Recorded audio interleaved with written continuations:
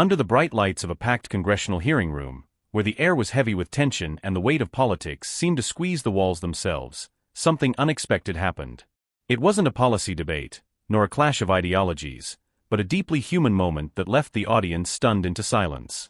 It all began when Congressman Adam Schiff, sharp in tone and calculated in expression, took aim not at Senator John Kennedy's arguments, but at his education.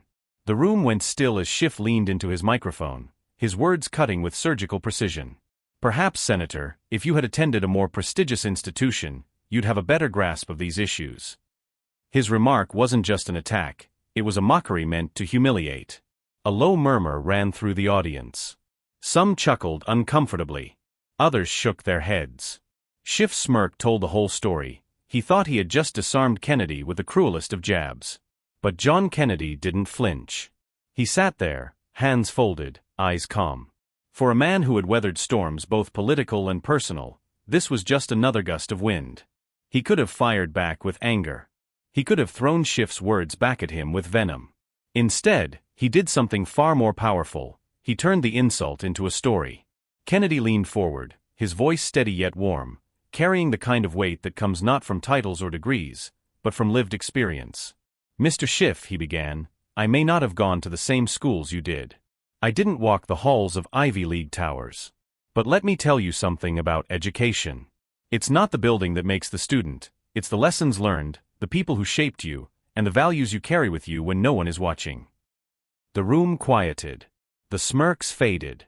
Kennedy continued, his words no longer directed just at Schiff, but at everyone present. He told the story of his upbringing, growing up in a modest home where money was tight but respect was abundant. His father worked long days, his mother kept the home steady, and both instilled in him a belief that honesty and grit meant more than any diploma on the wall. He spoke about his first job, working odd hours, learning responsibility not from textbooks, but from life itself. As he spoke, the audience was drawn in. You could see it in their eyes. They weren't watching a political sparring match anymore. They were listening to a man bearing his truth. Kennedy shared how he had to fight for every opportunity, how he carried with him the words of his parents. "Son, don't you ever think you're less than someone else because of where you come from. What matters is what you do with the gifts God gave you." Then Kennedy paused, looked Schiff squarely in the eyes, and with a faint smile said, "So yes, maybe I didn't have the privilege of the same polished education you had. But I've got something else, something you can't buy with money or letters after your name. I've got a sense of duty to the people who raised me, the people I represent, and to this country. And that, Congressman, is an education no Ivy League can ever give." The silence that followed was deafening. Schiff's smirk had vanished. For the first time in the hearing, he shifted uncomfortably in his chair, caught off guard by the sheer force of Kennedy's authenticity. The audience, stunned at first, slowly began to clap. It started with a few hands, then grew louder, until the room filled with the sound of applause, not for politics, but for truth. What Kennedy had done in that moment was more than defend himself. He had reminded everyone in that chamber of something far more important than credentials, the idea that greatness doesn't come from where you start, but from the. As the hearing moved on, Schiff avoided eye contact, his earlier bravado gone. Kennedy sat back in his chair, not triumphant, but calm, as if he had simply done what needed to be done. For him, it wasn't about winning a point, it was about teaching a lesson. And long after the gavel struck, long after the audience filed out and the cameras turned off, people continued to talk about that moment.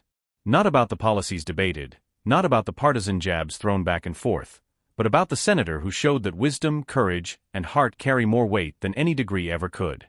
By the end of the day, Kennedy had left a lasting impression. He showed that education isn't just measured in books or schools, it's measured in how we treat others, how we face challenges, and how we rise above insults with dignity. And for those who witnessed it, his response wasn't just shocking, it was inspiring, a reminder that true leadership is born not in classrooms, but in character.